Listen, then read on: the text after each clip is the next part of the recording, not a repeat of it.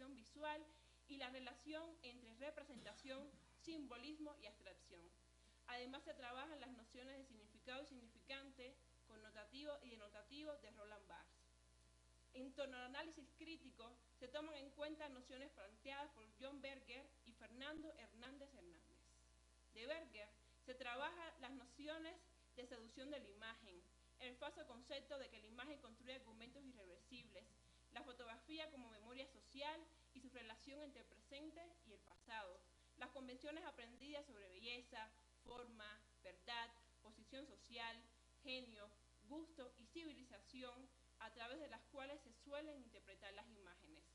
De Hernández Hernández se trabaja el presupuesto de elaborar imágenes como formas de diálogos y respuestas a las imágenes existentes, a través de la construcción de relatos visuales con posicionamientos críticos sobre la propia identidad y la realidad social. En este caso, el taller toma como tema central la vejez como metáfora de vida. Respecto a la evaluación, se tomará en cuenta el rendimiento de cada participante a partir de competencias genéricas y competencias educativas. Entre las competencias genéricas podemos encontrar la asistencia, la capacidad de observación detallada de la fotografía, un pensamiento reflexivo, argumentación de ideas, entre otras. Las competencias educativas son sensibilidad estética en el trabajo creativo y habilidades técnicas. Estas competencias tienen cada una sus indicadores específicos. La escala de evaluación tiene 4 niveles y va de muy bien alcanzado a no alcanzado. Como resultados preliminares, se aprecia una evolución de los participantes desde el primer encuentro y hasta la fecha.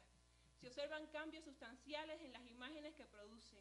Existe mayor coherencia entre lo representado y lo que desean comunicar. Comienzan a trabajar con la abstracción y el simbolismo. Construyen sus fotografías a partir de conceptualizaciones previas. Realizan fotografías menos literales y más creativas. Exploran más con la luz y las composiciones son adecuadas y oportunas. Hacia el encuentro 7 se constatan cambios y mejoras sustanciales en el dominio de la técnica fotográfica y en la sensibilidad estética con la que los participantes llegan a representar temas e imágenes.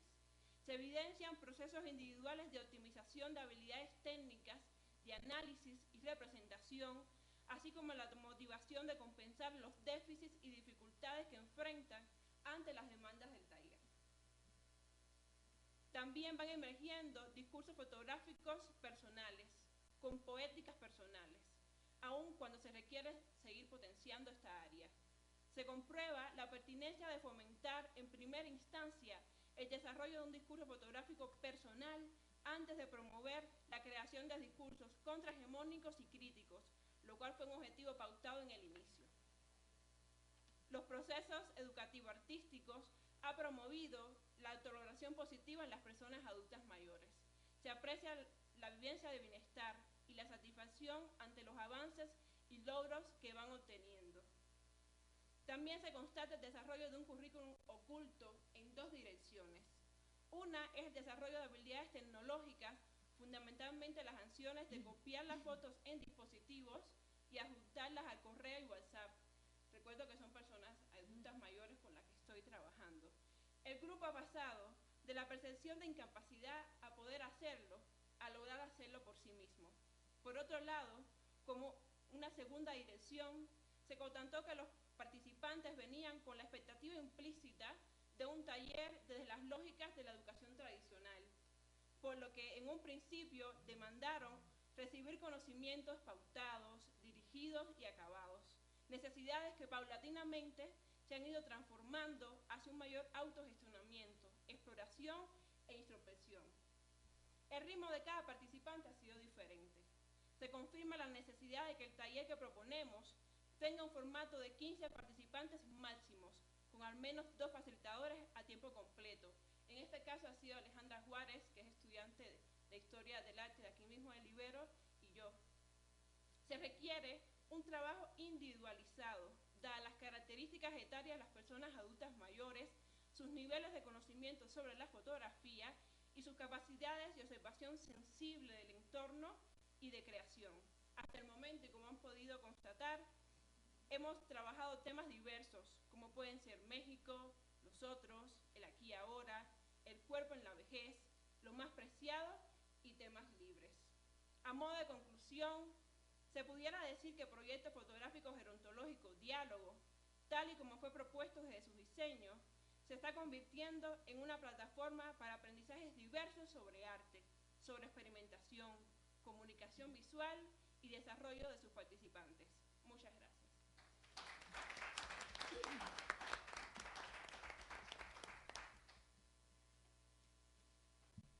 Muchas gracias, Amarilis. Bueno, pues como verán, este ha sido un trabajo arduo que empezó desde el primer semestre, ha avanzado considerablemente, no nada más en la propuesta de cada una de las 15 sesiones, sino además en la propuesta metodológica, es lo que hemos estado trabajando a lo largo de todo el semestre.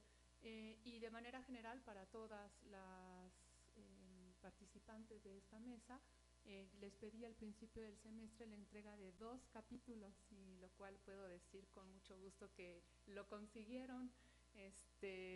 Felizmente, seguramente el próximo semestre lo van a modificar todo, pero por lo menos ya tienen una plataforma importante de donde trabajar para el tercer semestre. Me gustaría abrir un espacio para preguntas, comentarios para el trabajo de Amarilis, si alguien tuviera algo que decir.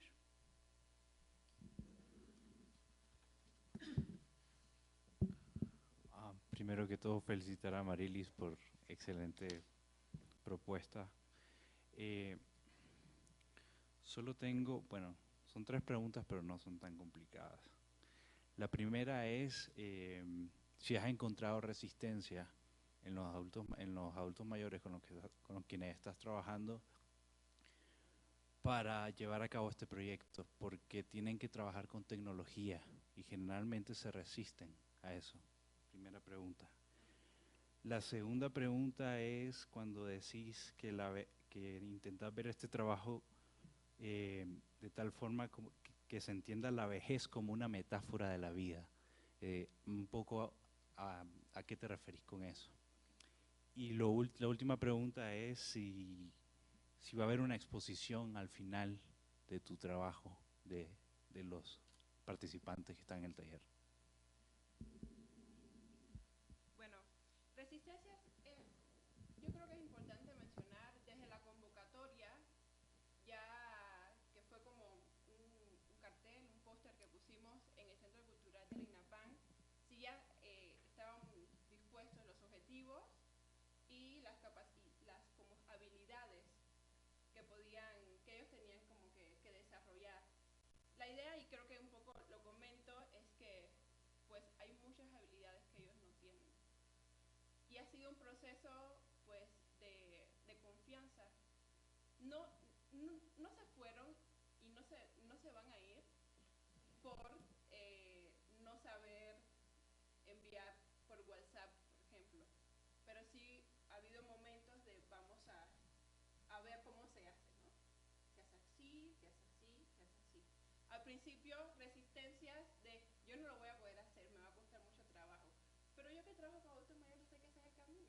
El camino es, bueno, inténtalo, luego la confianza y luego ya lo están logrando. Ya están en la fase del WeTransfer, que era como algo así de que no entendían nada qué significaba, pues, pero por ahí va. Argumentar, ¿por qué vejez como metáfora de vida? Desde la gerontología educativa, si la gerontología es la ciencia que estudia el envejecimiento y la vejez. Yo soy psicóloga, trabajo con adultos mayores, entonces pues nos movemos en un mundo de la psicogerontología. Siempre hay como estereotipos y prejuicios sobre la vejez, sobre las capacidades de la vejez, tanto en ellos mismos como en la sociedad en general. Entonces, para mí trabajar la vejez como metáfora de vida es trabajar todas las oportunidades que se tienen en la vejez, desde el punto de vista cognitivo, emocional y de inserción social. Por eso la vejez como metáfora de vida. También amplio, porque creo que es un proceso de creación, entonces es también ir buscando. Y exposición, no quisiera decir exposición, va a ser una muestra, una exhibición sobre las fotografías. Es por eso mi proyecto se llama Fotográfico Gerontológico Diálogo, porque la búsqueda es decir, con esas fotografías lo que se pretende es que los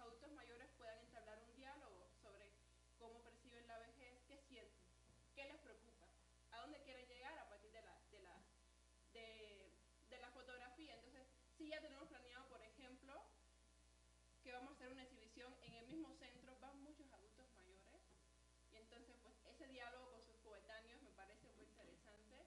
La INAPAN ya quiere como otros, es decir, llevarlo a escuelas donde se estudia gerontología, también como para como un intercambio, pero sí, gracias. Sí, Yolanda. Bueno, muy buenas tardes. Igualmente me sumo a la felicitación, me parece un trabajo interesantísimo. Desde el primer momento que lo escuché, ya veo cómo ha avanzado en tus ideas y en tus concepciones de las cosas. Mis preguntas son las siguientes. Evidentemente estás trabajando con adultos mayores, como has dicho, todo este aspecto tan importante de la educación gerontológica, pero adultos mayores, pues ya yo soy también adulto mayor. Entonces creo que me gustaría saber con qué criterio de selección estructuraste la muestra. Me gustaría saber en ese sentido cómo se hizo la selección de la población con la que estás trabajando, qué criterio de selección tuviste en cuenta, si los tuviste o si fue una convocatoria abierta.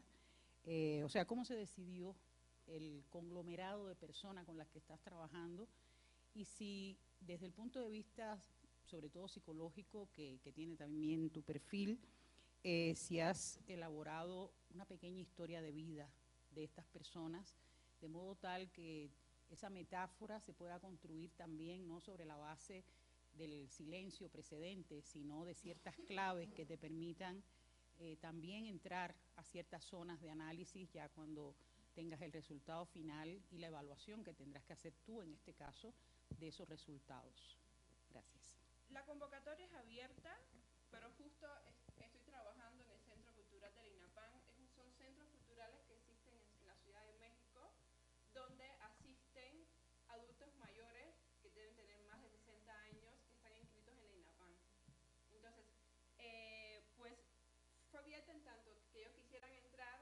La única condición era que tuvieran una cámara fotográfica, que tuviera como una buena resolución. Yo puse mínimo 10 megapíxeles. Entonces, así fue como trabajé. Son 13 adultos mayores, hay una persona, fuimos 8, porque la convocatoria se va abriendo. Las peculiaridades que tienen los adultos mayores mexicanos que viajan mucho. Yo estaba acostumbrada a Cuba, donde las personas se mantienen. Y actualmente nos hemos mantenido todo el tiempo 13.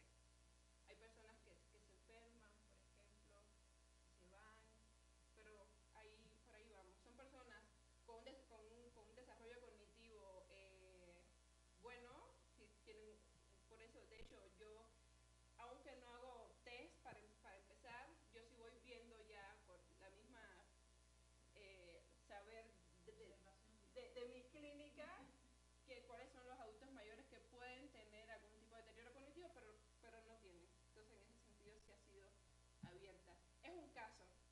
Mi proyecto es como esta metodología que voy construyendo se aplica para luego enriquecerla de una forma u otra.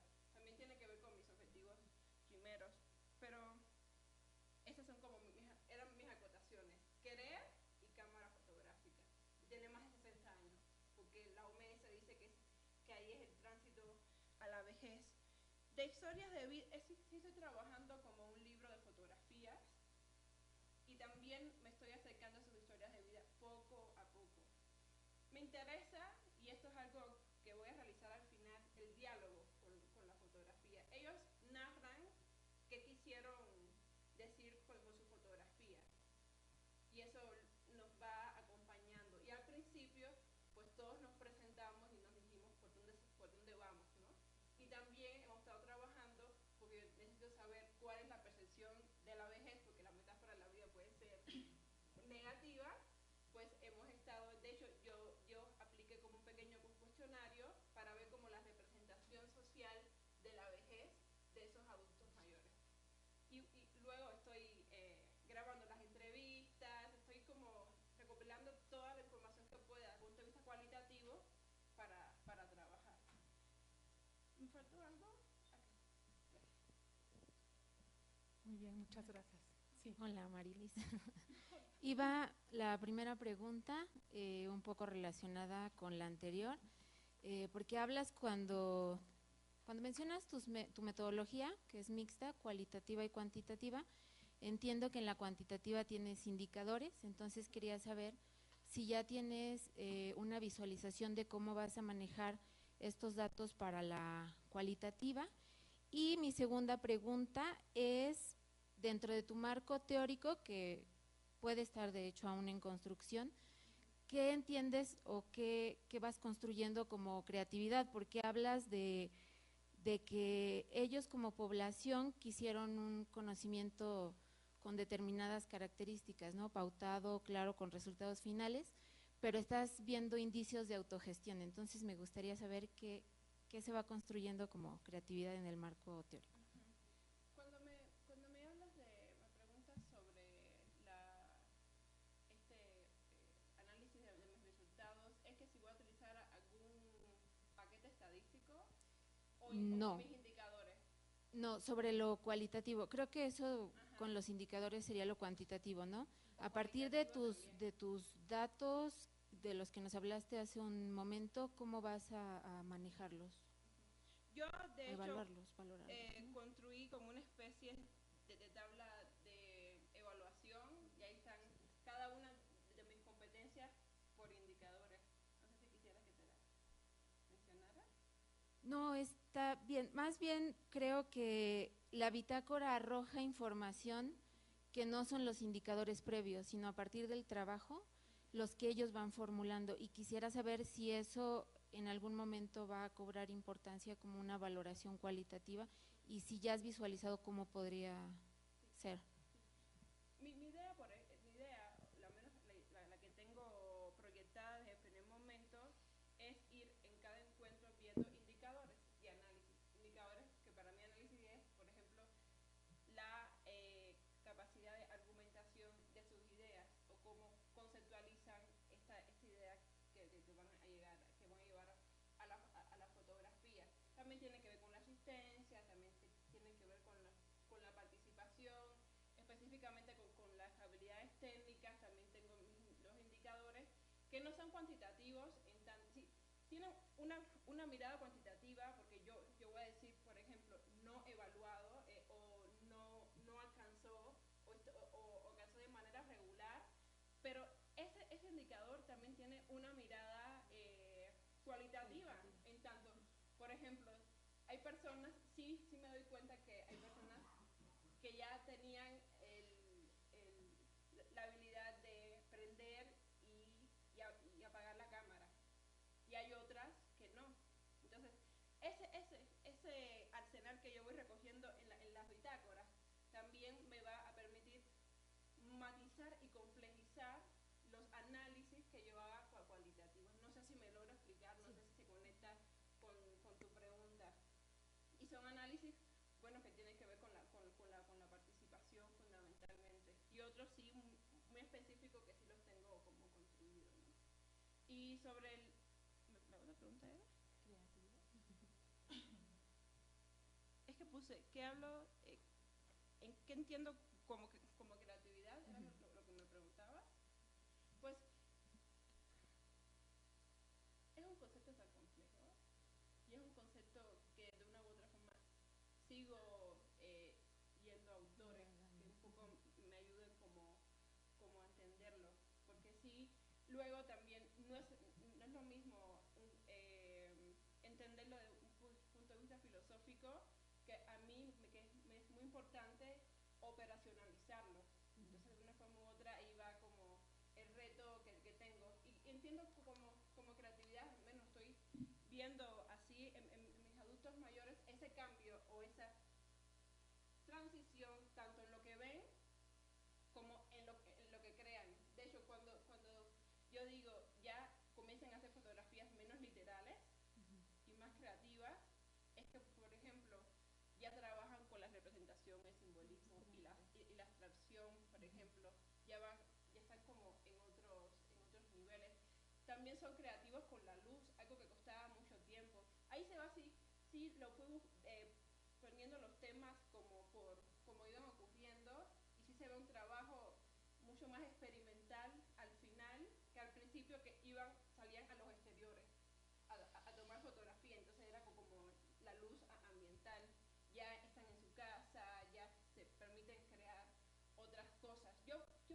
siempre en que la creación también tiene que ver con una conceptualización, con una representación y una búsqueda de un tema y cómo desde lo simbólico y desde estos elementos abstractos puede.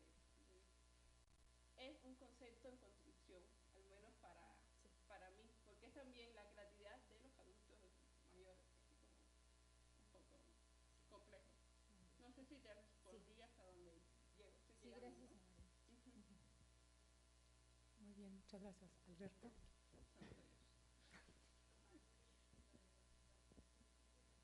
Ajá, sí. Amarilis, dos cuestiones un tanto redundantes en lo que ya te han mencionado. Pero primero un comentario, una pregunta, más bien.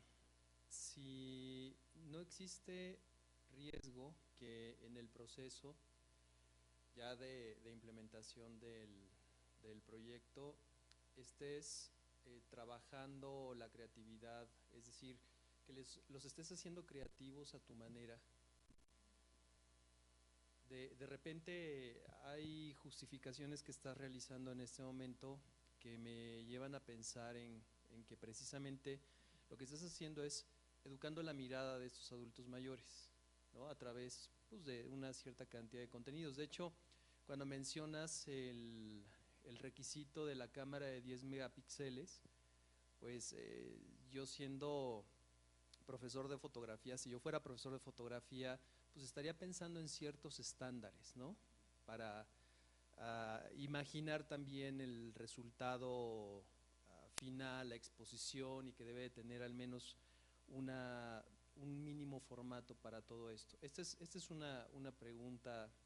La segunda, me interesa saber, no tanto sobre los indicadores, sino sobre los medios de verificación de esos indicadores, ¿no? Muchas veces nos planteamos indicadores que son muy pertinentes, pero en realidad no tenemos esos medios de verificación fundamentados.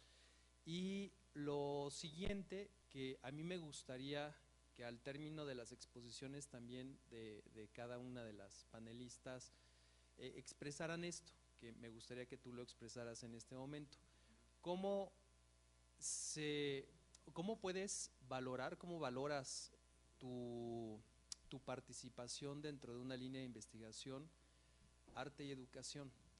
¿Qué crees que le estás aportando a la línea que no tenía?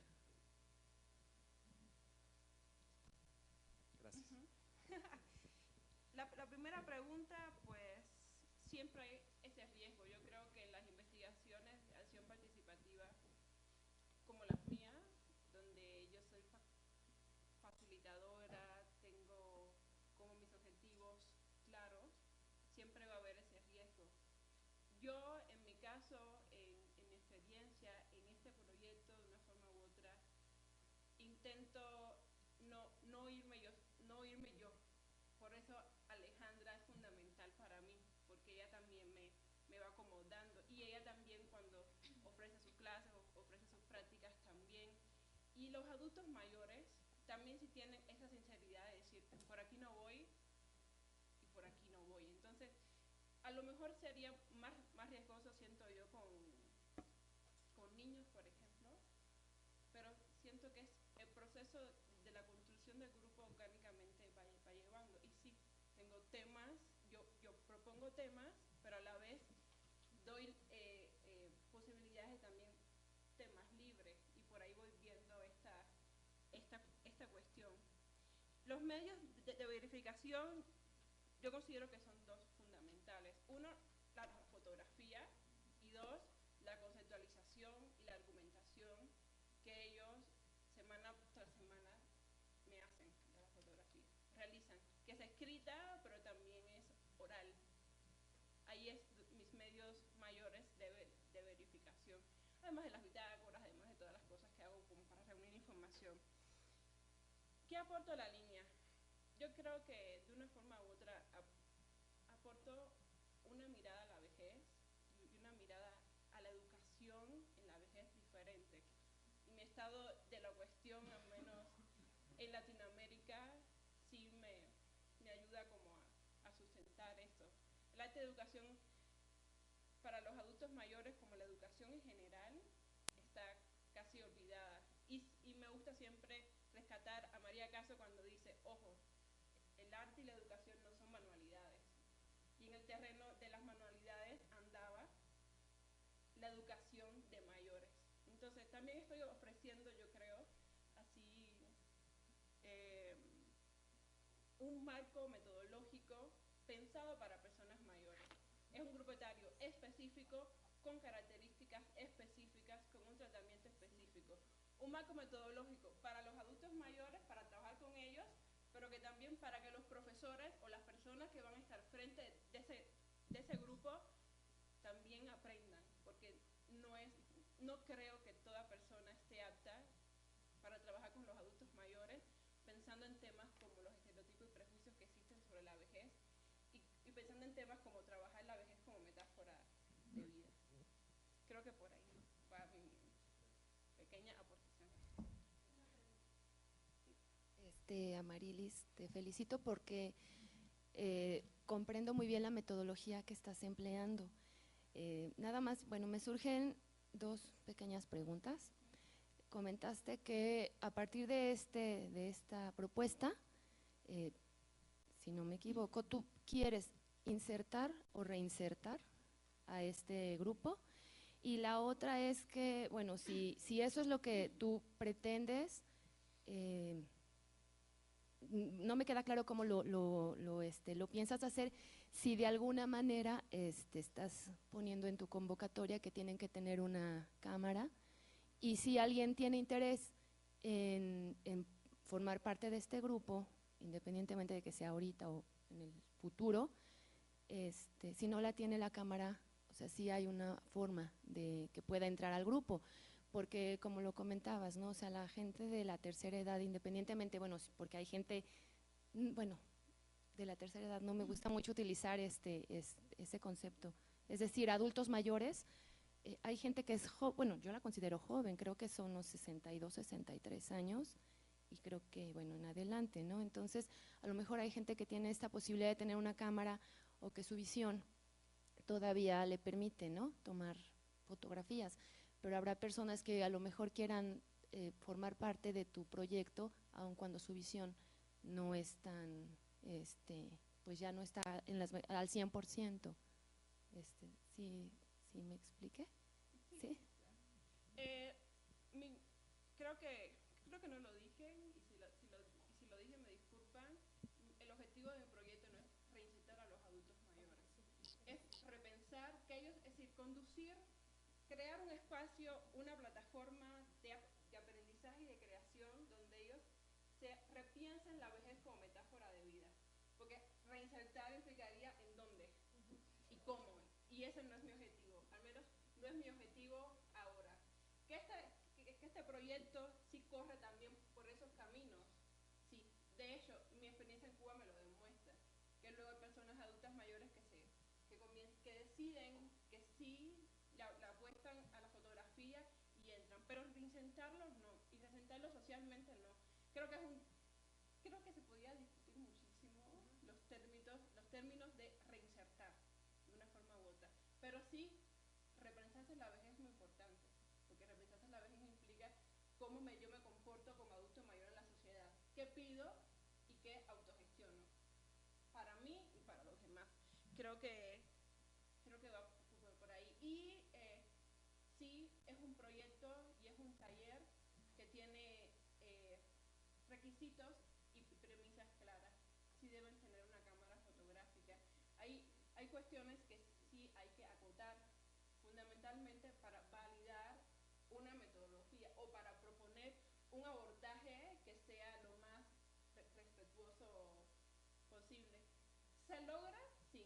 De hecho, en Cuba se lograba, pero es mucho más complejo. Entonces, como es el caso que de una forma u otra va a enriquecer y va a responder a mi investigación y a mi propuesta metodológica, por eso decidí sí ser como seguros. Y además, por cuestión de presupuesto. Al principio, yo quería, por ejemplo, y es un proyecto que tiene esa parte, es un proyecto que es desde buscar el coauspicio, desde buscar los presupuestos, desde hacer la metodología, convocatoria hasta buscar, hasta comenzar a hacer el taller en sí mismo. Y la cuestión de presupuesto sí también es fundamental. Queríamos trabajar con la cámara estenopeica, pero, por ejemplo, que ahí pues todo el mundo podría entrar, todos los adultos mayores, porque las cámaras estenopeicas se construyen, pero una de mis premisas es que los adultos mayores no pagaran por el proyecto. Entonces, ¿quién me lo financia? Comencé a buscar y no fue como viable en ese sentido. De hecho, si ya al menos tengo un presupuesto o un apoyo para imprimir las fotografías, porque no es lo mismo, y eso los adultos mayores se están dando cuenta, ver las fotografías en el visor de la camarita así, que imprimirlas grandes. Y por ahí voy. Sí. Con presupuesto se puede hacer muchas cosas. Claro. Bueno, pasemos entonces a nuestra siguiente ponente. Ahora vamos a escuchar el trabajo de Ariadna Arias Martínez, Artes Plásticas y Psicodrama, Potencialidades y Aplicaciones. Su tutora es la doctora Yolanda Wood. Se propone indagar la aportación de las artes plásticas al psicodrama y analizar las potencialidades de esa interrelación para el trabajo grupal con esta metodología. Se presentan las bases filosóficas, conceptuales e instrumentales del psicodrama.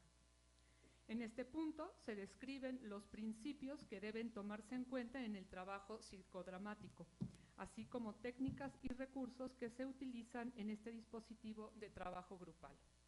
Posteriormente se hace referencia a las aplicaciones del psicodrama para finalmente proponer procedimientos y técnicas que permitirán la utilización de elementos del lenguaje de las artes plásticas en el proceso psicodramático. ¿Ya? Muy bien, pues muchas gracias, bienvenida, Ariadna.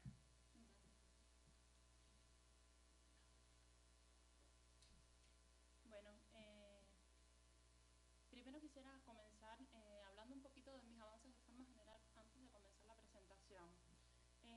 Realmente considero que mis avances fundamentales han estado en la conformación del capítulo 1 principalmente, y también en este estudio de los elementos del lenguaje y en la conceptualización de estos términos del lenguaje, que me han servido finalmente para estructurar y organizar lo que sería mi capítulo 2 de la tesis. Entonces, bueno, el título, ya la profesora lo acaba de decir, no obstante lo repito: Artes Plásticas y Psicodrama, Potencialidades y Aplicaciones. Mi tutora es la doctora Yolanda Wood, y bueno, la profesora del seminario, la profesora Luisa Durán. Entonces, bueno, el psicodrama realmente es considerado como un método o una metodología que consiste en la representación y dramatización por parte de un sujeto de acontecimientos pasados o futuros, reales o imaginarios, externos o internos, externos o internos, experimentándolos al máximo como si estuvieran sucediendo en el presente. Esta es una definición de su autor Moreno, dada en 1963. Ahora, el psicodrama como metodología que acabo de mencionar ha tenido siempre al arte como uno de sus recursos, y esto se puede evidenciar en varios autores, varios psicodramatistas que de forma empírica se han visto en sus actuaciones, ¿no?, profesionales, cómo pueden aplicar diferentes manifestaciones del arte en el método psicodramático. No obstante, de forma teórica todavía no aparecen realmente consolidados estos trabajos, ¿no? Más bien experiencias empíricas, que son las que yo he tomado también como referentes para mi investigación. Por tanto, la presente investigación se interesa especialmente por la potenciación de las artes plásticas en el psicodrama, por lo que se intentará reforzar y visualizar de manera teórica y metodológica las aplicaciones de las artes plásticas en esta metodología de trabajo grupal. En las cuestiones metodológicas, primeramente el problema que me planteo sería cómo pueden contribuir las artes plásticas a la potenciación y aplicación de la metodología del psicodrama. Y como hipótesis, la aplicación de las artes plásticas permitirá la potenciación de la metodología del psicodrama. El objetivo general de la investigación sería analizar la potenciación y aplicación de las artes plásticas a la metodología del psicodrama, y tengo 4 objetivos específicos, que serían revisar los fundamentos teórico-metodológicos del psicodrama, 2, 2, reconocer los recursos de las artes plásticas para potenciar los instrumentos, etapas, técnicas, recursos y escenarios del psicodrama. 3, analizar las posibles aportaciones de las artes plásticas a la metodología del psicodrama. Y 4, sistematizar las técnicas y procedimientos que podrían utilizarse con el uso de las artes plásticas en el psicodrama. La estructura capitular consta primeramente con la introducción, donde se plantea el estado de la cuestión y se ofrece la fundamentación de la propuesta metodológica con el problema, hipótesis, objetivos generales y específicos que acabo de mencionarles.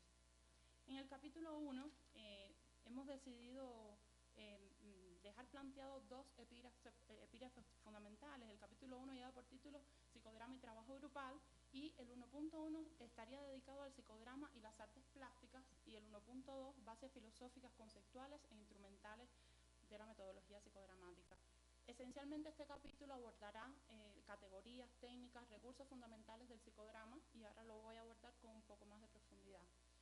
En el 1.1, el psicodrama y las artes plásticas es un capítulo que está dedicado sobre todo a tratar la flexibilidad y la apertura que tiene el propio método psicodramático hacia las artes, es decir, hacia todas las manifestaciones del arte, y se va a particularizar posteriormente en las artes, en los recursos y las artes plásticas, no solo en cómo se podrían usar desde forma externa, de una forma externa, sino cómo detectar desde el propio método psicodramático aquello que se concibe o que pudiera ser un elemento visual, pertenecer a una cultura visual, a una imagen, y a partir de ahí comenzaría a elaborarse este primer capítulo. En el 1.2 estaría dedicado a las bases filosóficas, conceptuales e instrumentales, donde se enunciarán y explicarán principios, categorías y bases filosóficas que conforman el andamiaje teórico e instrumental del psicodrama.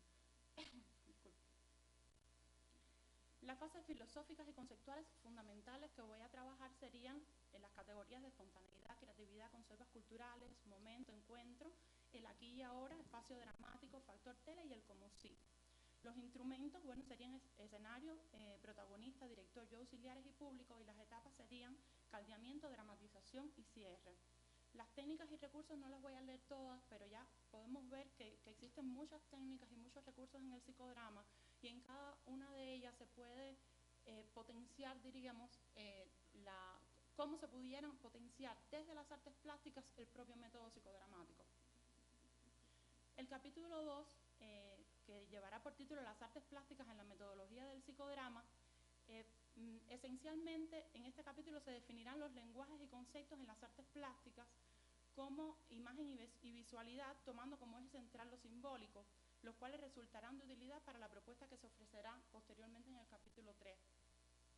Los análisis teóricos se realizarán tomando en consideración estos 4 ejes: lo objetual, lo espacial, lo corporal y lo imaginario. Ahora, en esta definición que se realizará, en esta conceptualización de términos que se realizará en el capítulo 2, primeramente se va a partir de lo simbólico, como un concepto que va a atravesar otros muchos conceptos en el universo de las artes visuales, que pertenecen al universo de las artes visuales, pero que también se van a, digamos que, arrancar del método psicodramático y se podrán entonces entrelazar y complementar para su posterior potenciación, ¿no? En este caso estaríamos hablando de la acción, lo corporal, la creatividad, la visualidad, lo verbal y lo visual, lo comunicativo. Y también en esta definición y conceptualización estaría hablando de la imagen y la visualidad propiamente, como la imagen en función, por ejemplo, de lograr relaciones asociativas, de lograr relaciones temporales, por ejemplo, las imágenes congeladas o las imágenes en acción en el psicodrama. Recuerden que es un método también que tiene un gran componente del teatro, que viene del teatro, de la actuación. La relación espacial y la imagen, por ejemplo, el espacio vacío, los espacios llenos, cuando un espacio está realmente vacío o cuando realmente está lleno, cómo somos capaces unos y otros de ver un espacio de una manera determinada, de movernos dentro de ese espacio también. Lo comunicativo y la relación con la imagen y la visualidad, también como objeto intermediario, es decir, la imagen como un objeto intermediario, pero también como una finalidad en el proceso del psicodrama. La imagen como recurso para la autoobservación del grupo, es decir, una vez terminada una sesión de psicodrama, digamos que el coordinador tome una foto de ese proceso al final, de esa imagen congelada del psicodrama, y cómo esa imagen pudiera servir y pudiera reportar para un autoanálisis del proceso grupal que acaba de suceder, y la autoimagen de los sujetos y la construcción de las imágenes sociales también. Se tomarán los aspectos formales que corresponden a la visualidad artística, punto, línea, área, color, etcétera, que eran estos elementos que inicialmente comencé anunciándoles que había estudiado a manera de glosario, pero que en este aspecto los concretizo para buscar significado desde el punto de vista psicodramático, es decir, qué sería un punto desde el psicodrama para los sujetos del psicodrama que están viviendo en un espacio determinado, cómo se entrelazarían, por ejemplo, a través de líneas invisibles que tal vez está contemplando el coordinador, cómo se trazan esas líneas dentro de los sujetos de un grupo para generar vínculos, para generar también conexiones internas entre el grupo y entre los sujetos. A partir de la abstracción de lo que constituye la fuente del diseño de imágenes, entonces, se buscarán relaciones con los contextos de la dramatización. Y en lo conceptual, los análisis se realizarán en la dimensión de lo simbólico visual a partir de fuentes que trabajarán la realidad y el imaginario. Esto sería la esencia de mi trabajo, entonces. Muchas gracias, Ariadna. Bueno, pues como se darán cuenta con este segundo trabajo, efectivamente, ya Amarilis lo había mencionado, nos preocupa mucho la parte multidisciplinaria, ¿no? Y entonces, bueno, aquí en el caso del psicodrama, que no es propiamente algo de, ¿no?, de estudios de arte, pues bueno, finalmente sí cabe muy bien lo que has estado trabajando. En el caso de Ariadna, su desarrollo a lo largo de todo el semestre, así como con muchos de ustedes seguramente, pues se ha topado con muchos obstáculos con esta unión entre las artes visuales y el psicodrama, y pareciera que los conceptos que está manejando son muy amplios, pareciera que va a ser una tesis doctoral, pero hemos estado trabajando a favor de una puntualización de todos estos conceptos. No sé si hay algún comentario, pregunta. Sí, Azucena. Más que nada es un comentario en cuanto a cómo vi tu presentación. Primero me lo planteaba como pregunta, ya me quedó un poco más claro cuando llegas a la parte de imagen, pero digo, es una opinión. Me parece que cuando presentas tu problemática, a partir de la cual surge tu premisa, estableces que hay una preocupación por incorporar las artes plásticas o su lenguaje a la técnica del psicodrama. Mi pregunta era el por qué, o sea, ¿qué viste tú que le faltaba al psicodrama? ¿O por qué te dio la necesidad? ¿O si fue que se te atravesaron las artes plásticas y no te diste cuenta que esta cuestión del lenguaje podía nutrirlo? Es decir, yo creo que la problemática al exponerse como que ya estás intentando llevar esto tal cual, se me hizo un poco forzado. Entiendo ya después por qué lo estás haciendo, qué fue lo que encontraste, y creo que más bien nutriría muchísimo hasta tu premisa, incluso el incorporarlo, ¿no? ¿Cuáles son esas, no sé si decir vacíos que a lo mejor pueda tener el psicodrama, u oportunidades que pueda tener el psicodrama, como se le quiera llamar, la de ventana de oportunidad del psicodrama, no sé, que tiene justamente con las artes plásticas, que creo que es lo rico de tu investigación? O sea, entiendo que tienes mucha experiencia en el tema, por algún motivo llegaste a ver como esta posibilidad. Creo que es mucho más rico si nos cuentas también el por qué fue que tú recurriste al lenguaje visual o plástico, qué sé yo, para incorporarlo, ¿no? Era mi observación, lo entiendo al final, pero creo que sería muy rico también que el aporte y la explicación se fuera dando como en ese orden también. Sí, a ver, realmente es interesante tu pregunta, sobre todo porque, a ver, a partir de las experiencias empíricas que he podido constatar y que he podido leer también, de muchos casos, de mucho trabajo que han hecho muchos psicodramatistas, he podido ver cómo las artes de forma general se han vinculado muy estrechamente al método psicodramático. Es decir, muchos psicodramatistas utilizan empíricamente la música, las artes plásticas, el cine, lo utilizan en el método, no obstante, no lo teorizan. Es decir, lo utilizan empíricamente, pero no lo han teorizado nunca, o por lo menos en las revisiones que yo he hecho, ¿no? Ahora, en mi experiencia personal, ya yo realicé una investigación anterior sobre música y psicodrama, buscando los nexos también que podían existir y pensando sobre todo en psicodramatistas que habían utilizado la música con con el método, también con el cine. Sin embargo, me percaté en los estudios previos que realicé que las artes plásticas eran muy utilizadas en el psicodrama. Es decir, te pongo un ejemplo muy rápido. La psicodramatista Mónica Sorín, que es argentina, actualmente reside en España, en un grupo, por ejemplo, de psicodrama, enmarcaba en el piso con una cinta un cuadro, y las personas, creo que Marilis participó de esa experiencia también conmigo en Cuba, cuando ella estuvo allá, todos debíamos pintar algo con lo que nos estábamos conectando en una imagen más pequeña, y después poco a poco íbamos ubicando nuestro lugar del dibujo dentro de ese cuadro más grande, pero cada quien iba poniéndolo, buscando las conexiones con el resto de las obras, de cada quien, de las mini obras, ¿no? Entonces con eso se hacía un cuadro mayor. Es decir, ahí hay una evidente utilización de las artes plásticas en el método del psicodrama. Sin embargo, tal vez ella conscientemente no lo está utilizando, o a lo mejor sí, pero por lo menos en teoría no ha quedado registrado. Ahora, más allá de cómo las artes plásticas pudieran ser insertadas en el método del psicodrama, a partir de consultas con mi tutora he visto también una visión novedosa, ¿no? Que realmente me tiene retada, ¿no? A la hora de escribir este capítulo 2, y es que el propio método del psicodrama por sí mismo incluye un lenguaje visual también, incluye componentes de la visualidad que yo puedo extraer y a partir de ahí hacer un aporte. No sé si me entiendes la lógica, ¿no? Y esto sería también, yo pienso que el mayor aporte que pudiera realizarse en la tesis, porque es más fácil tomar las artes plásticas desde afuera y ponerlas en las técnicas que ya se conocen del psicodrama, pero detectar dentro de las propias bases filosóficas, dentro de los propios principios del psicodrama, detectar qué cosa, qué elemento visual, ¿ya? Qué categoría, qué concepto yo puedo extraer y cómo verlo desde la psicología, incluso, también soy psicóloga, desde la psicología, pero desde la visualidad. Me parece que será algo muy interesante, ¿no? Y muy aportador para el método.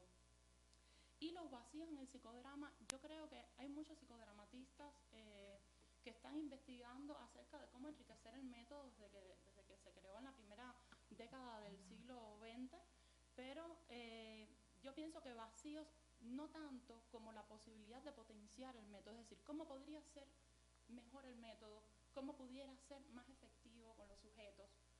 El componente artístico es fundamental en el psicodrama, más allá de que parte del teatro, que por sí es una manifestación del arte, existe un componente artístico muy grande, es decir, desde una estética de la representación, es decir, por ejemplo, podemos congelar una imagen en psicodrama, en una representación. Le pido yo como coordinadora al grupo, congelen esta imagen de una situación familiar, por ejemplo. Esa imagen que se está creando tiene un componente estético. Si yo, por ejemplo, utilizo la escultura, que es una técnica del psicodrama, no sé si lo alcanzaron a ver, es una técnica psicodramática, pero con un gran componente estético. Es decir, se le pide a las personas incluso que tengan cuidado en la distribución, en la imagen real, ¿no? Que se está poniendo en la escena. Entonces, yo pienso que realmente es una posibilidad y una potencialidad el poder utilizar las artes para enriquecer la metodología. No sé si contesté la... Sí. Muchas gracias. ¿Alguien más? Bueno, ya creo que ya no va a ser tanto pregunta, sino comentario, y porque ya lo contestaste, me parece. Creo que tu aportación a la metodología del psicodrama sería construirlo como un marco de interpretación también a través de la suma de las artes plásticas. ¿Sí es por ahí? ¿Como un enriquecimiento? A ver, pudiera ser, no sé cómo lo manejas desde el enriquecimiento, Ajá. pero más bien desde la potenciación del método. Más que enriquecerlo, potenciar el método. Es decir, poderlo hacer más efectivo, poderlo hacer mejor y enriquecerlo también. Es algo que está implícito, yo creo, dentro de la potenciación, ¿no? Sí, yo estaba pensando que, creo que ahorita fue en el comentario previo al último que entendí mejor tu propuesta. Sí puede convertirse, creo que en un marco también de interpretación, es decir, de las acciones que se realizan en el psicodrama, con el uso de este recurso puede haber una aportación a este trabajo, a la sistematización de ese trabajo. Me refiero al marco de interpretación como una posibilidad de lectura sumada al trabajo del psicodrama. No sé si va por ahí. Realmente no entiendo bien tu pregunta en cuanto a la interpretación. Es que desde la psicología la interpretación es algo que no sé si va en sintonía con lo que me estás planteando. ¿Me puedes explicar un poco más? Sí, bueno, mira, al principio hablaste del psicodrama como una metodología o un método. Sí. Y yo lo pensé aunado a la potencialización de las artes plásticas como un posible marco de interpretación, es decir, una lectura más enriquecida para el primer ejercicio del método, que sería el del psicodrama. No sé si es por ahí, porque en un primer momento, creo que en el coloquio anterior, yo no entendía muy bien cómo los elementos formales de las artes plásticas eran elementos de potencia para el psicodrama. Hasta ahorita que dijiste el ejemplo, con respecto a lo que comentó Azucena, creo que…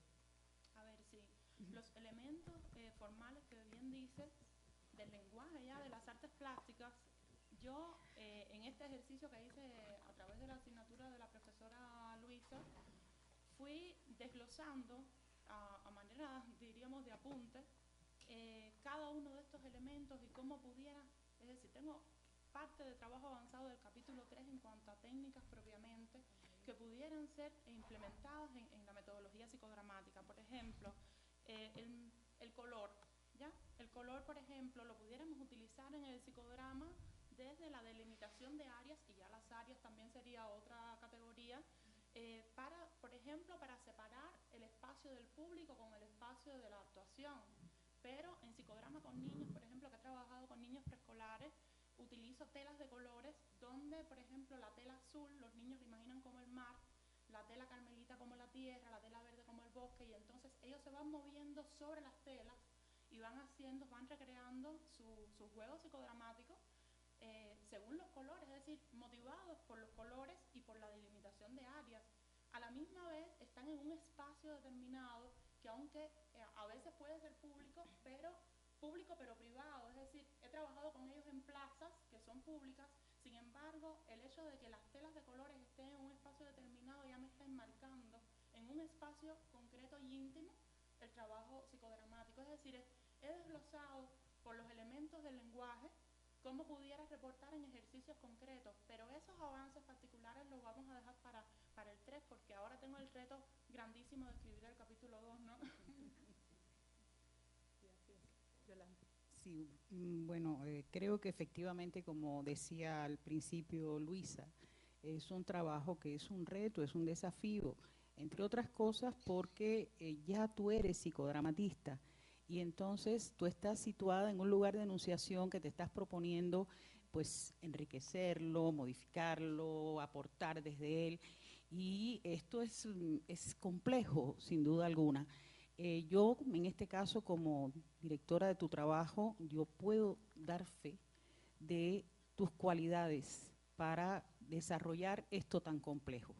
Creo que tienes no solamente el dominio del aspecto técnico del psicodrama y una experiencia práctica que yo creo que puede contribuir enormemente a lo que te has propuesto hacer, es decir, no meter las artes plásticas en el psicodrama, descubrir que en el psicodrama están las artes plásticas. Y yo creo que la inversión de este proceso es un proceso de construcción intelectual de tu parte, científica, va a dar lugar a un tercer capítulo, que lamentablemente no te referiste a él, ahora solo muy brevemente, donde en realidad muchas de estas cosas, por ejemplo, que la profesora decía, se pueden viabilizar más concretamente cuando tú entres ya a cómo aplicar estas cosas y cómo empezarlas a nombrar desde un campo en el que no han estado visualizadas o identificadas. Esto no solamente es un aporte importante, creo yo, para la esfera específica de la educación y el psicodrama y todas sus aplicaciones, que no son únicamente en el campo de la educación, sino también para las artes visuales. Ya, por ejemplo, en el campo específico del mundo escénico, no sé, un autor como Patrice Pavís, por ejemplo, ha trabajado enormemente esta visión, este universo de lo visual en el campo escénico. como tú has reiterado en varias ocasiones, el psicodrama tiene este componente escénico que es fundamental. Y la escena es una imagen, la escena no es el mundo real. Y en él se están comportando en simultaneidad, pues, lo real, lo simbólico y lo imaginario. Entonces yo creo que esta visión, que es una visión además psicoanalítica de estas cuestiones que tú manejas perfectamente, pues creo que puede ser muy enriquecedora. Yo pienso que hay que trabajar mucho esta idea del eje simbólico, es decir, imagen, visualidad y mundo simbólico como tu anclaje fundamental. Creo que ahí has encontrado una clave para mí muy, muy interesante, y creo que igualmente lo será para ti. Pero sin duda es un trabajo complejo, un trabajo que implica un desafío, un nivel de abstracción tremendo. ¿Por qué? Porque tú no quieres meter las artes plásticas en el psicodrama. Tú las has descubierto que ellas están ahí. Y ahora vas a elaborar el cómo, el por qué y el de qué manera eso se ha estado haciendo. Eso para mí ha sido muy enriquecedor en el trabajo con ella, y siento que tiene las herramientas necesarias, sobre todo por su formación de base, para desarrollar este proyecto que sin dudas, coincido con Luisa, es complejo. Muy bien, muchas gracias, Yolanda. ¿Algún otro comentario? ¿No? Muy bien, bueno, pues pasemos, antes de pasar a nuestra tercera ponente, me gustaría recordarles que de 5 a 6 tendremos nuestra segunda mesa, Estética, Cultura Visual e Imaginarios en Latinoamérica y el Caribe, en el aula Amado Aguirre Eguiarte. Edificio E, primer piso. De 3 a 6, no sé qué dije. Bueno, no, de 3 a 6. Ahora sí. Sí. Ahora sí, escuchemos la ponencia de nuestra maestrante María Sicarú Vázquez Orozco, con creaciones coreoexpositivas, una solución transdisciplinar más allá de lo visual. Su asesor es el doctor Alberto Soto Cortés. Sí, efectivamente, la Mesa de Arte y Educación, sí, tenemos para mucho para hablar. Con base en las teorías de la reinvención de las instituciones y el paradigma cultural latinoamericano, se plantea el análisis de organismos museísticos y dancísticos con connotación nacional.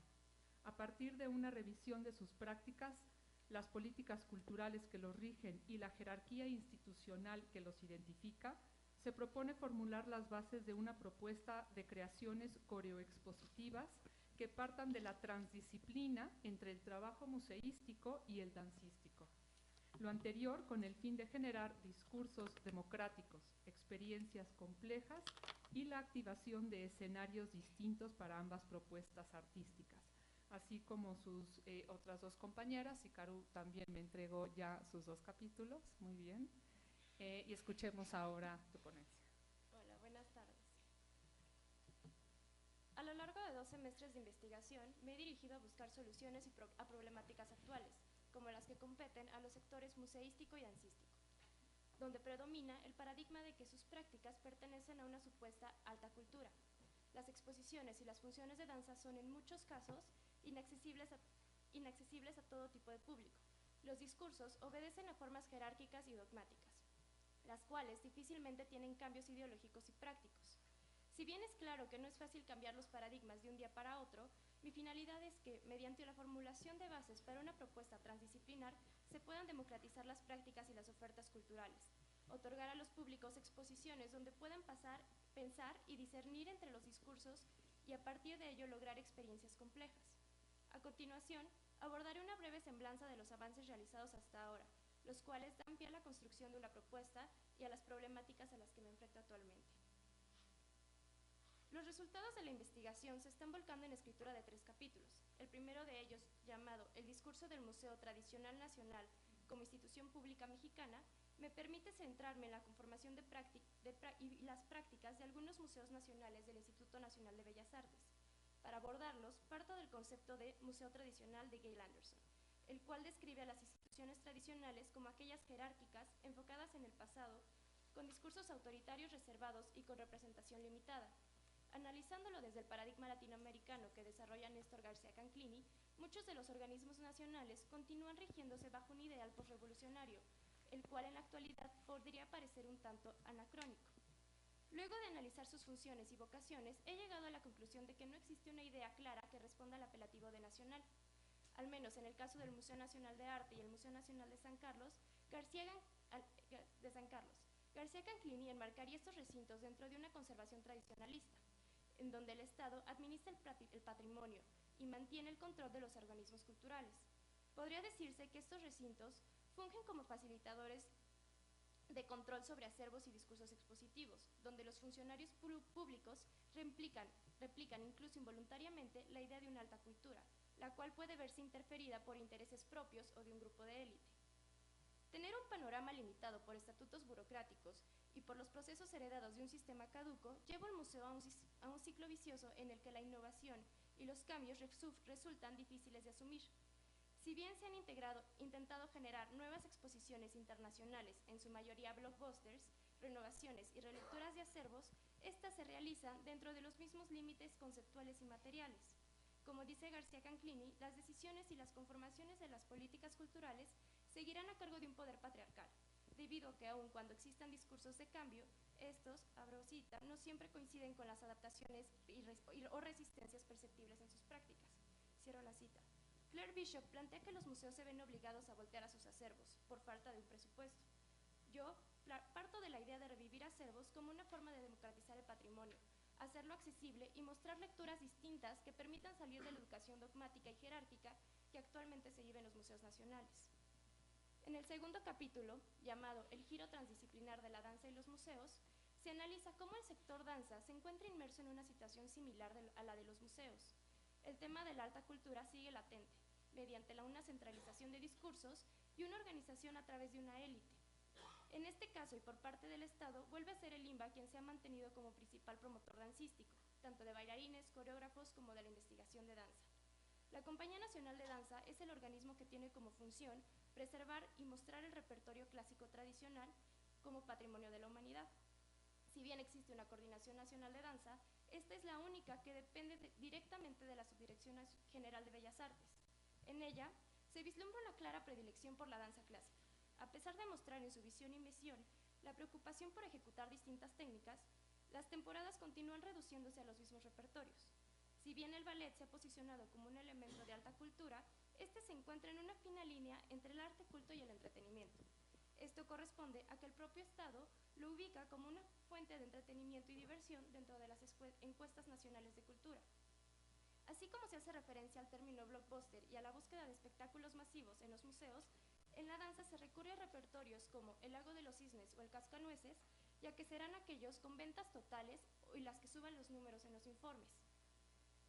Aun cuando el Estado es el principal promotor, existen organismos privados como Esenarte y OCESA, quienes al ser parte de una sociedad civil pueden arriesgar su capital económico para patrocinar eventos de danza, compañías privadas y traer eventos internacionales. El detalle aquí es que siempre se patrocinan aquellas producciones que entren dentro de los estándares estéticos de la danza clásica. Alberto Dalal lo llama el olvido de la danza moderna y contemporánea. Guillermina Bravo lo expresaba diciendo, abro la cita, estoy convencida de que nuestra burguesía no patrocina cosas que no le gustan, y la danza contemporánea obviamente no es de su predilección. Nuestra burguesía tiene patrones estéticos muy especiales, el folclore o el ballet clásico. Cierro la cita. La lucha por una promoción, por nuevos foros y espacios escénicos en los cuales mostrar su desempeño es una disputa constante entre los bailarines alrededor del mundo. En el caso de México, los espacios para las escuelas y compañías de danza clásica se reducen a foros tradicionales, donde sigue existiendo una separación entre el bailarín y el espectador. Como bailarina de ballet clásico, sé lo que implica cambiar de escenario. Sin embargo, también sé que la relación con el público es muy distinta cuando se baila cerca de él. A partir de lo anterior, surge la necesidad de buscar soluciones creativas que permitan combinar las prácticas escénicas y museísticas. Es así como mi tercer capítulo, Creaciones transdisciplinares hacia una democratización de la cultura, formula las bases para las creaciones corioexpositivas, en las que se planteen beneficios culturales y sociales y económicos, que van más allá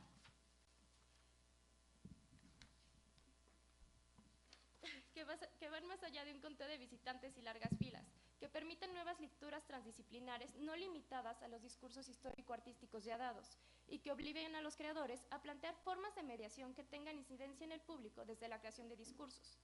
Judy se plantea la cultura como una forma de consumo en la que se llega a distintas estructuras cívicas y a partir de ellas, esta se encuentra al servicio de la comunidad y del desarrollo económico, yendo más allá de sus funciones puramente estéticas. Desde la perspectiva de los estudios culturales y de las ideas de reflexión y recreación de las producciones artísticas, es necesario hacer alusión a la noción de creatividad vista desde un panorama de reciclaje, redistribución, mezcla y apropiación, donde el arte actual se nutre de otras artes, resignifica contenidos, desplaza técnicas y busca nuevas relaciones con el público.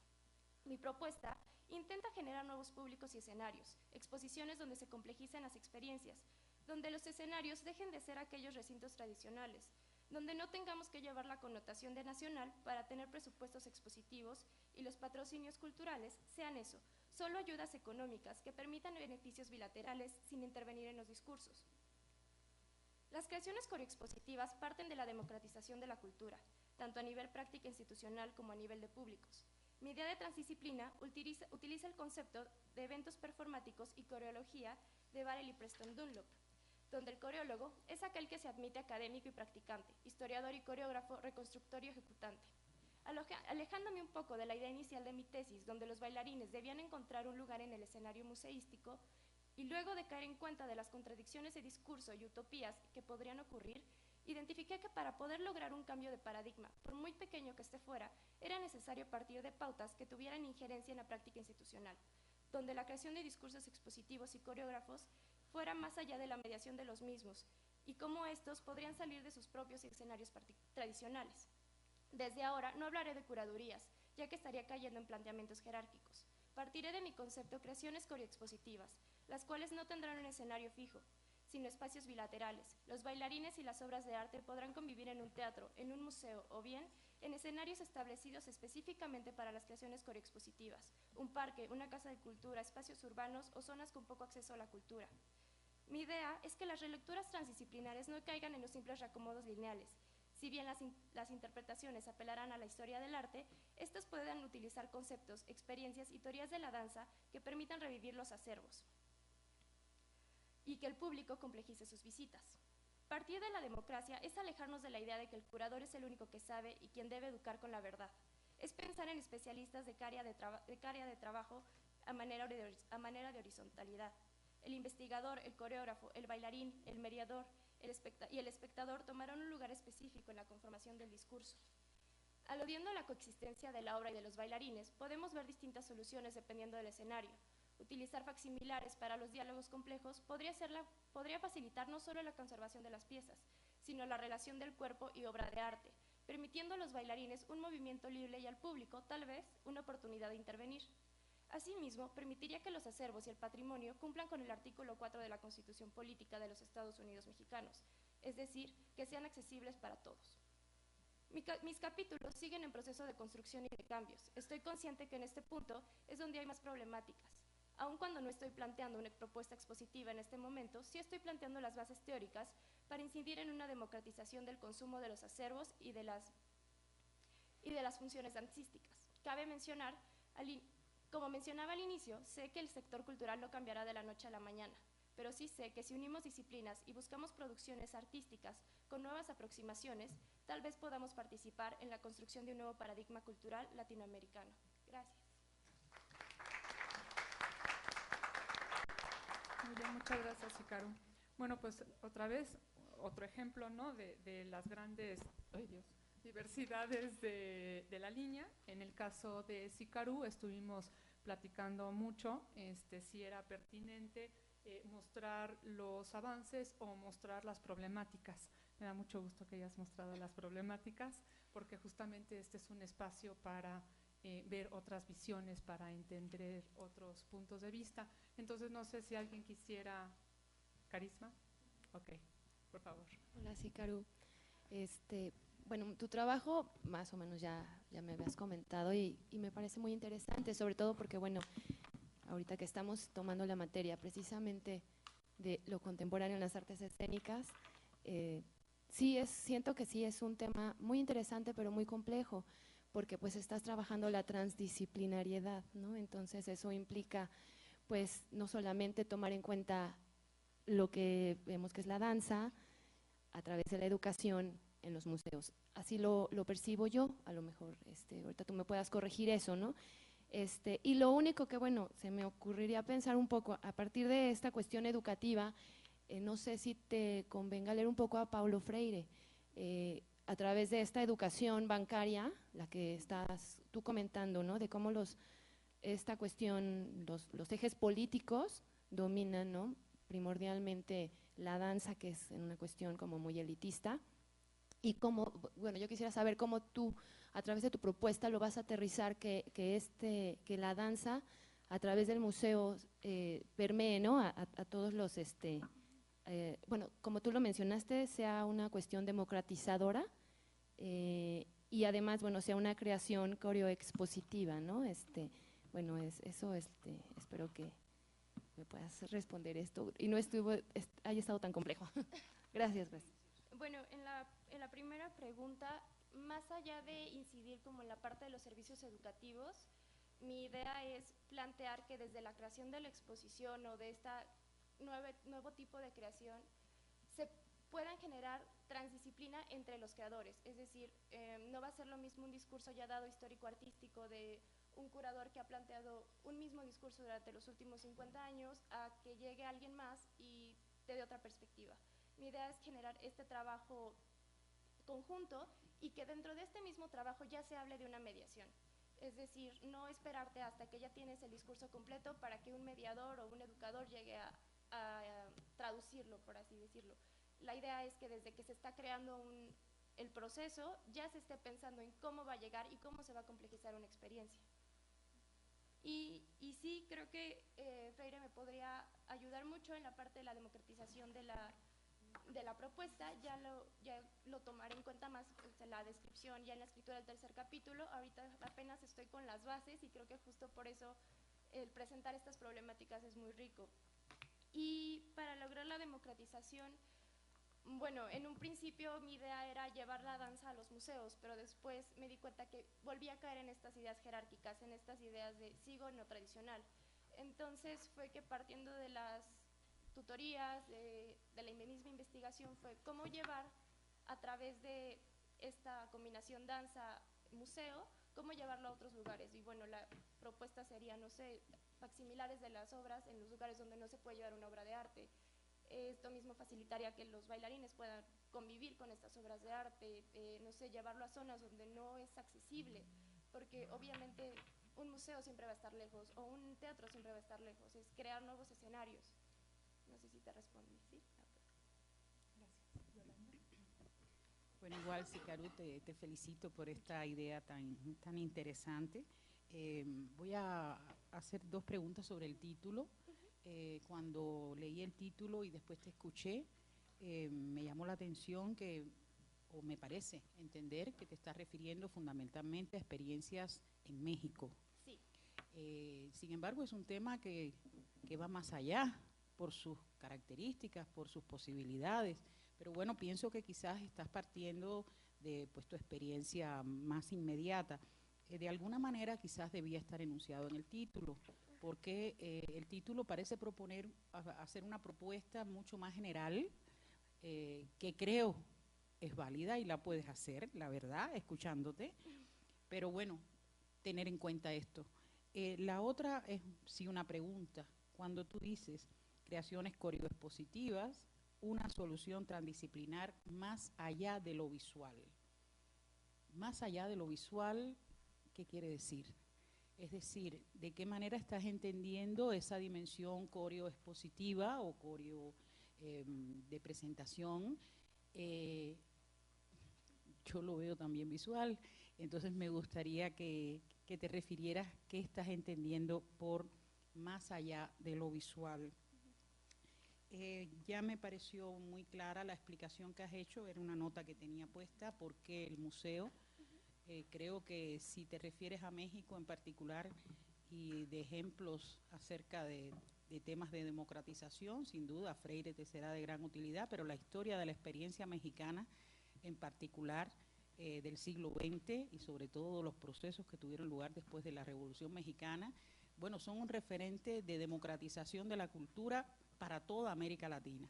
Entonces creo que es inevitable tomar en consideración una propia experiencia nacida también aquí en México y que resulta un referente obligatorio cuando de democratización de la cultura se habla para cualquier país de nuestra América. Pero ya te escuché en esta idea de llevar tus propuestas un poco más allá. Y quisiera preguntarte, escuché que eras bailarina, Sí. pero además eres historiadora del arte. Sí. Entonces, ¿por qué dejar esas propuestas solo a otros? ¿Por qué en tu trabajo no hay una propuesta que quizás pueda ser una propuesta experimental que revele en toda su dimensión lo que estás pensando y que puedas resolver también a nivel metodológico, artístico, porque eres artista tú misma y además manejas la historia del arte?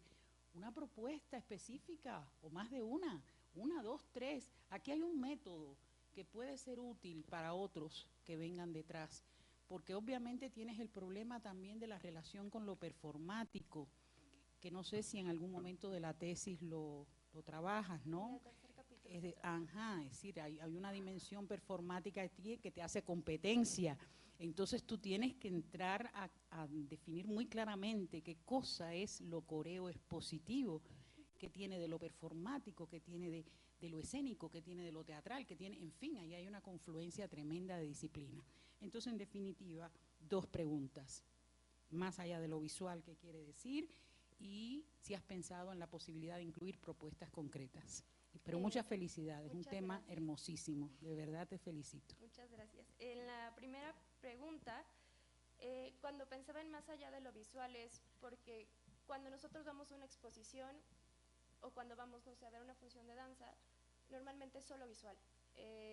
Estamos tan lejos, a veces, en el caso de la danza, del mismo bailarín, que no podemos, tal vez sí sientes otras cosas, pero estás muy lejos del escenario. Y en el caso de una exposición, normalmente vas a ver discursos lineales, donde tu papel, bueno, por lo menos en museos nacionales, que son los que estoy tratando aquí, tú llegas como espectador y te dan un discurso lineal donde tu función es ver y acatar lo que te estén diciendo los curadores. Entonces, mi idea de ir más allá de lo visual es eso, es si estás teniendo este contacto entre 2 disciplinas, que no solo te van a hacer ver, te van a hacer tal vez sentir algo más corporal, te van a hacer escuchar, como juntar todos estos sentidos dentro de la experiencia, y es a lo que también voy cuando hablo de una experiencia compleja, donde no sea solo ver. Iba un poco más por ahí. Tal vez tendría que, no sé si describirlo un poco más al momento. Sí. Y bueno, en el caso de las propuestas concretas, fue algo que me comentaron también en el coloquio pasado. Lo estuve pensando, pero creo que en este momento ha cambiado mucho el tema desde el inicio. Y creo que en este punto para mí sería un poco más fácil tener un método ya construido, tal vez terminando el tercer capítulo sea más sencillo ya poder pensar en un ejemplo concreto, pero sí, la verdad es que sí me interesa mucho que se lleve a cabo. Me gustaría más fungir como productora, como estar como consultora, gestora del proyecto, más que ser yo, no sé, la bailarina o ser yo la coreógrafa o la historiadora del arte que participe. Me gustaría ser más como gestora del proyecto. No sé si... ¿sí? Muchas gracias. ¿Alguien más? Sí, Lucía. Oh, bueno, es que al usar el término democratización, también, como lo dijo la doctora Wood, puedes caer en una, bueno, yo lo vería así, puedes caer en una contradicción al ser los discursos estatales de las políticas culturales en México, la búsqueda de una democratización.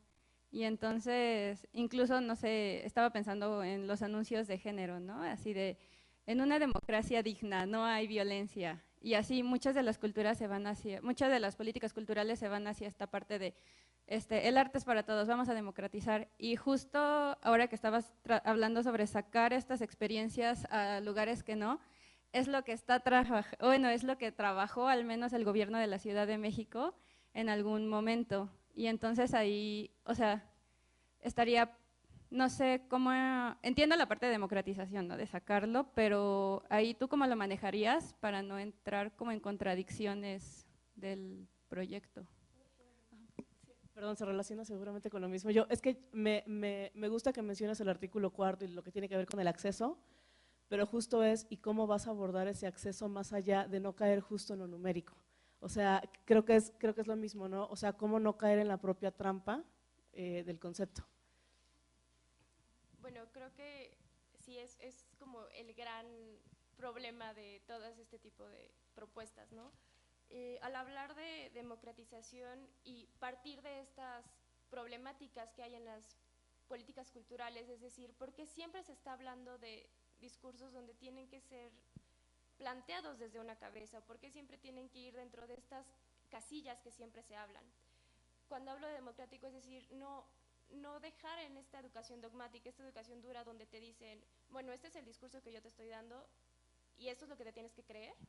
Yo hablo de también, pienso en un público que pueda decir, yo no estoy creyéndote esto, ¿por qué? Por esto y esto y esto.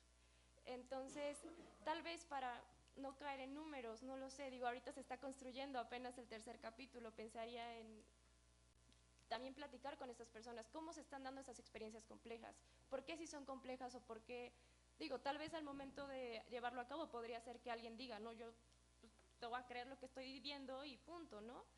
Pero pienso que justo esta combinación de perfiles te podría ayudar a eso, a no caer en un número y sí verlo más allá de qué está pasando con el espectador, qué está pasando con la propia exposición y que no sea solo la Secretaría de Cultura, el INBA, quien sea, me está diciendo que dé este discurso porque es el año de tal personaje histórico, sino generar algo más complejo.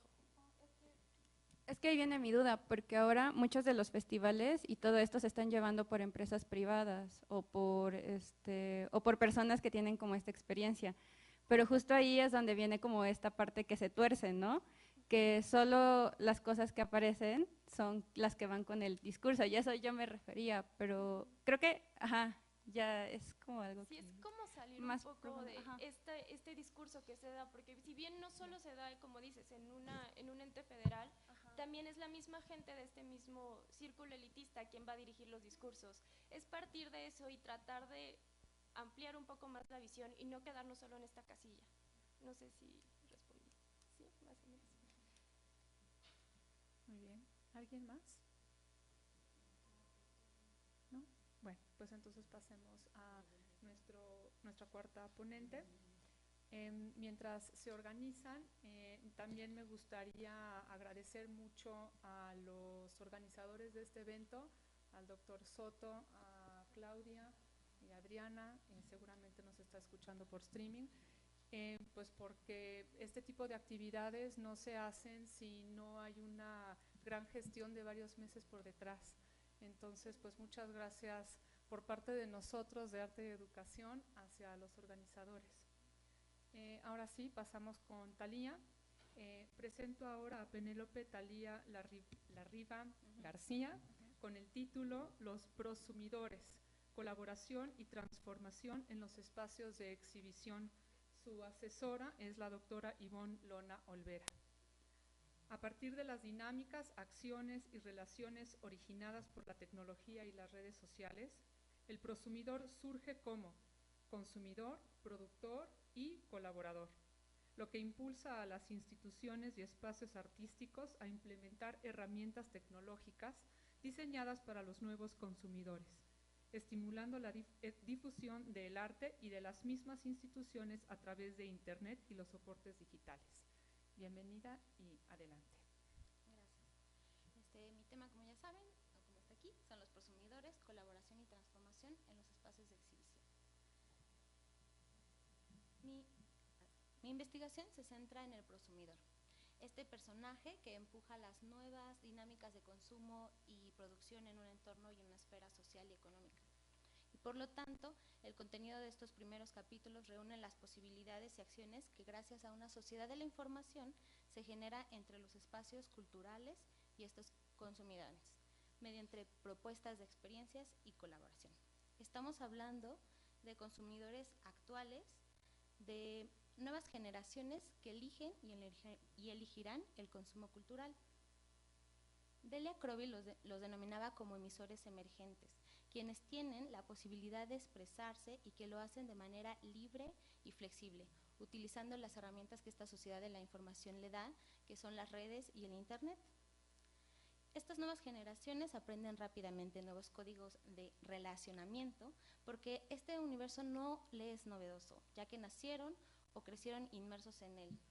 Son los llamados nativos digitales, quienes seguirán siendo prosumidores y son la pieza clave para el crecimiento y la evolución de las instituciones artísticas. Esto implica mayores y nuevos esfuerzos por parte de los espacios culturales para comunicarse y dialogar con este público, entendiéndolos como visitantes o usuarios. ¿Quiénes son los que se comunican con este prosumidor?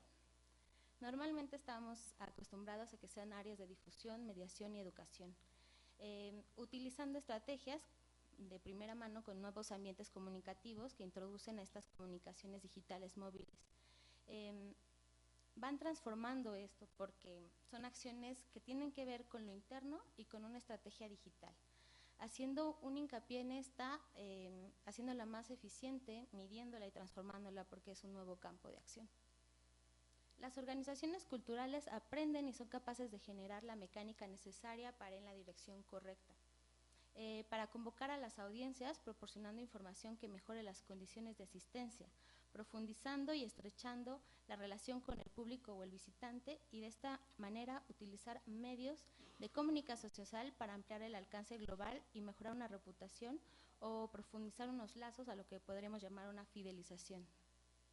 Estas transformaciones han exigido a espacios explorar de manera creativa el uso de otros medios digitales disponibles para ampliar el alcance de una organización e ir más allá de un entorno inmediato, tanto en lo físico como en lo digital. Crear nuevas experiencias de audiencia público-visitante para que los participantes puedan experimentar el placer de estar en contacto con la cultura.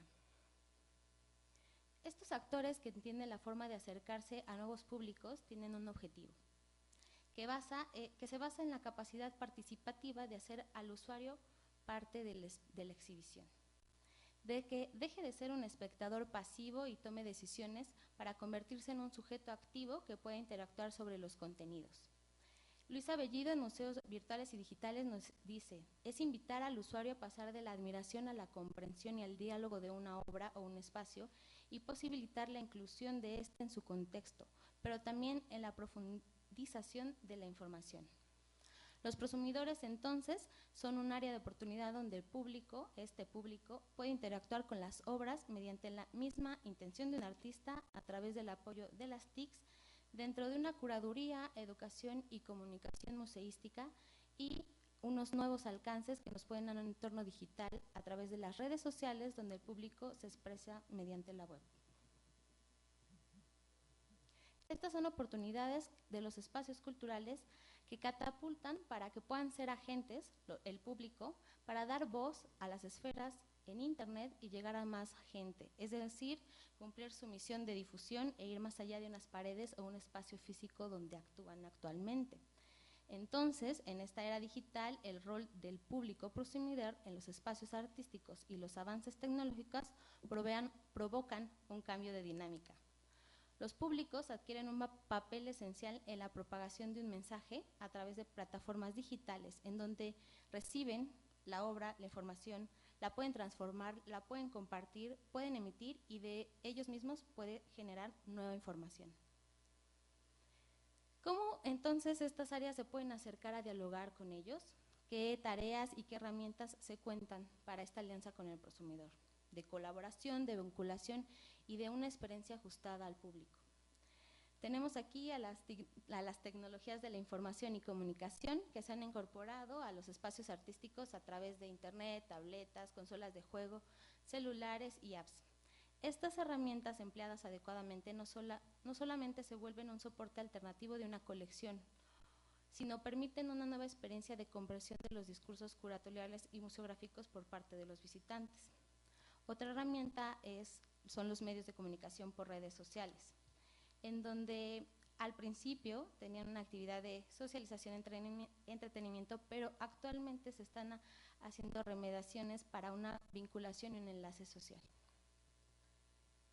Surgen entonces una posibilidad de dialogar, de comunicar y de cooperar entre usuarios, entre personas que buscan darle sentido a esta información que consumen en los espacios artísticos y sentir una pertenencia, para así ser parte de una sociedad de la información en la que contribuyan desde su propia visión. Esto no solo le da posibilidades a las instituciones o espacios artísticos, también al artista mismo, que puede tener una interacción directa con el receptor, a proponer con ellos sus creaciones y con plataformas muy diversas, lo que le da un alcance mundial. A partir de aquí empiezo a ver entonces que existen dos espacios, lo físico y lo virtual, pero también la interacción de estos. Los espacios virtuales hacen frente a la necesidad de los visitantes para acceder al contenido de nuevas maneras más emocionantes, para aumentar la difusión del conocimiento. Dice Violeta Fernández en su libro La gestión del conocimiento a través de las redes, que las organizaciones que cuentan con grandes redes sociales tienen mayor acceso a información diversa y relevante y son capaces de captar e interpretar los acontecimientos del entorno que los rodea, notando tendencias emergentes y problemas. Algunas instituciones, por ejemplo, como el Museo de Picasso de Barcelona, han conseguido en un año tener más visitantes virtuales que presenciales. El público entonces se está convirtiendo en contribuidor y responde activamente a las propuestas realizadas desde diferentes webs de los museos. Por lo tanto, las esferas de la institución no solo son físicas y digitales. Esto se debe ejercer con cierta congruencia en las experiencias y posibilidades de estos dos espacios. Aquí tenemos algunos ejemplos de cómo se agregan las TICs, por ejemplo, en el Embrace Vincent, en una exposición en la que música de un DJ y aplicaciones se generaron para poder adentrarte a esta exposición desde otra forma. Cómo un prosumidor puede llevar a que ahora haya un Museum Selfie Day, ¿no? Que genera riesgos, lo sé, pero que al final está siendo parte de lo que ahora se hace.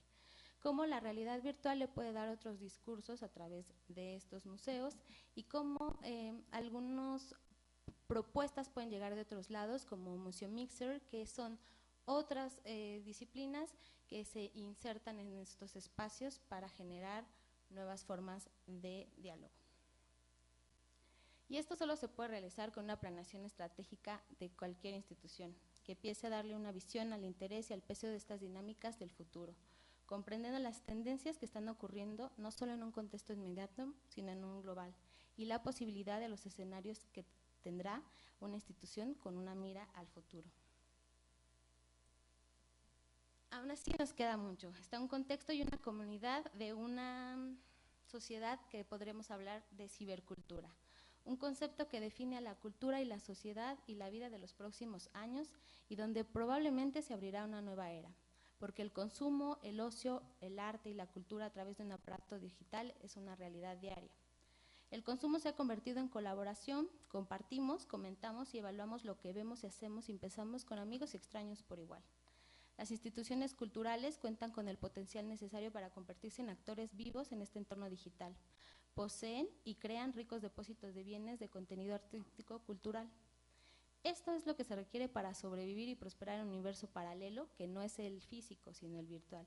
Sin embargo, todavía existe la desidia por estas instituciones que no son capaces de hacer o no lo ven, por la brecha que existe entre un trabajo actual que tiene y su potencial para mirar hacia el futuro es aún más grande. Lo digital es lo desconocido, que hay que cruzar, es una nueva frontera, todo un camino de exploración. Las entidades culturales son vulnerables a estos nuevos desafíos del mundo digital. Este es un ambiente desordenado, impredecible, donde los grandes jugadores nuevos y añejos se preguntan ¿por qué arriesgar? La respuesta se encuentra en el cambio que se está produciendo en la cultura y en la economía de todas las partes. La competencia por el tiempo y la atención del público es feroz, con infinitas opciones de entretenimiento disponibles en un dispositivo que todos guardamos en el bolsillo. Por lo tanto, los experimentos con programaciones y propuestas innovadoras son necesarios y urgentes si queremos llamar la atención de los nuevos públicos y su colaboración es importante para poder generarlos. Las preguntas que me siguen quedando es ¿hasta dónde está esta relación de colaboración? ¿Cuáles serán sus implicaciones? ¿Qué están pasando con otros espacios de arte y cómo se expresan esta comunicación con el prosumidor de la ubicuidad a la que hablamos de que no está físicamente ahí? ¿Y hasta dónde se pueden transformar estos espacios al futuro? Gracias. Muchas gracias, Talía. Abrimos un espacio a preguntas. Lucía.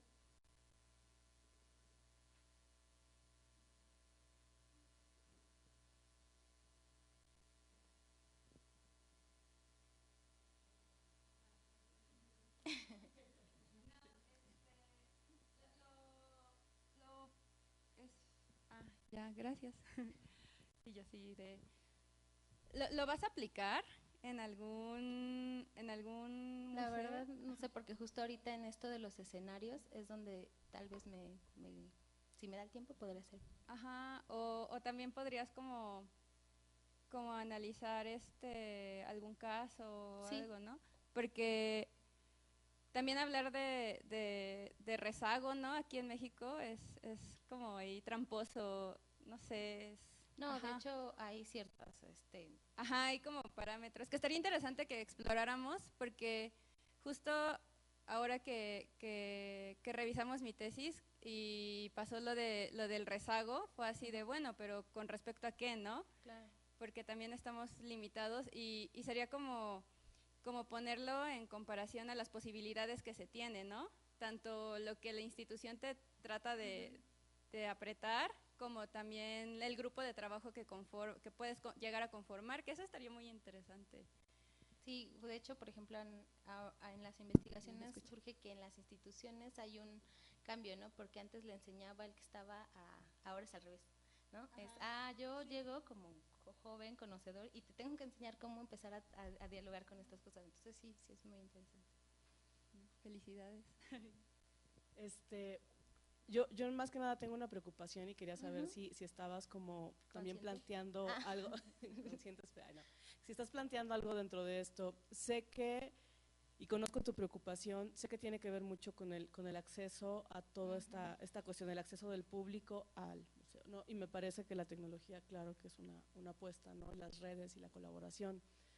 Pero tú y yo sabemos que 100 likes no significan algo, o sea, que pueden no ser significativos más que en cuestiones ni siquiera ya numéricas, ¿no? A veces responden a otros fenómenos que no tienen que ver justamente con la valoración, ¿no? Si se vale el término, o con el aprendizaje incluso, ya que estamos como en este tema que tiene que ver con la educación artística y con toda la cuestión de mediación.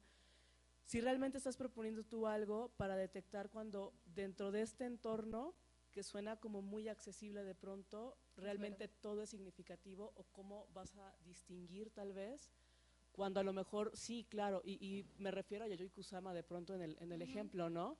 Fue el fenómeno selfie y el mismo Tamayo decía, y no sabemos qué vamos a hacer después de Yayoi Kusama en cuanto a acceso, en cuanto a que sí, todo el mundo puede venir a tomarse selfies y a lo mejor realmente no están ni siquiera entendiendo la exposición. Esas son las preocupaciones que de pronto quedan en estos temas. ¿Tú tienes contemplado algo dentro de esto? Como tal todavía no está en un capítulo, pero creo que sí es importante, y sobre todo que justo es esto, si se dialoga y se empiezan a tener estos públicos, es decir, el que seas un consumidor de redes sociales no te hace prosumidor. Eso es algo, o sea, el prosumidor va a ser, de hecho, por ejemplo, para lo que sería el marketing, va a ser ya el profesionalizante, es decir, el que está interesado justo en hacer estos vínculos de diálogo. Entonces, ahí es donde está. Pero claro, tal vez de una forma, o sea, sí, un like sabemos que no significa, ¿no? Muy bien, gracias. ¿Alguna otra pregunta o comentario con respecto al proyecto de Talía? Algo nada más muy simple. No me quedó tan claro qué tanto avance tienes de investigación y de escritura. Sí, como tal, en los primeros capítulos hablo de los 3 primeros, que sería como tal el prosumidor, las áreas como comunicación y las utilizaciones de las redes. Y me quedo con esto de los espacios para justo ver las distintas formas en las que se están acercando y cuál es el contexto y hacia dónde va. Gracias. Muy bien, ¿alguien más? ¿No? Bueno, pues agradezco mucho obviamente a las ponentes, gracias por el esfuerzo de todo este semestre, pero también agradezco mucho a las alumnos de cuarto semestre en Arte y Educación por haber participado en esta mesa. Me parece que es muy importante que también su visión y su experiencia la hagan valer y la escuchemos aquí. Nada más antes de terminar, entrego los diplomas. Amarilis, muchas gracias.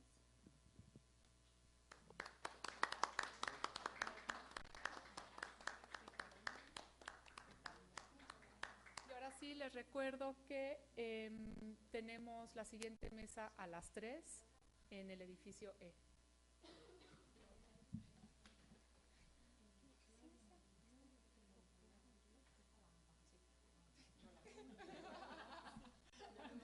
Exactamente, no te preocupes. No, sí, pero igual para cómo se están transformando estas temporadas.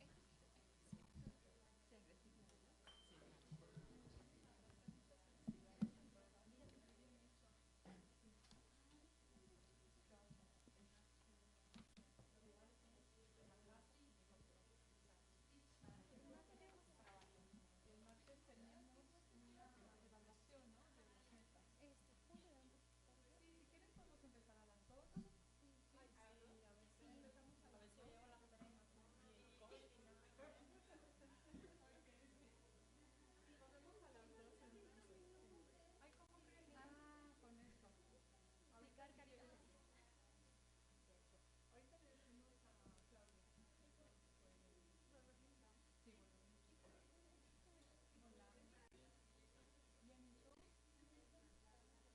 ¿No empezabas tú en la mesa? ¿No empezabas tú en tu...? ahorita los acompañan a